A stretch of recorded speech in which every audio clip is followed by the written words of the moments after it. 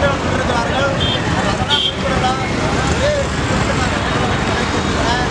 என்னவென்று பார்த்தீங்களா, வந்தவரை அனைவருக்கும் சாப்பாடு போட நினைத்தவர்கள் சரி கிட்ட போயிடு எம்ஜிஆர் இங்கே வந்துடு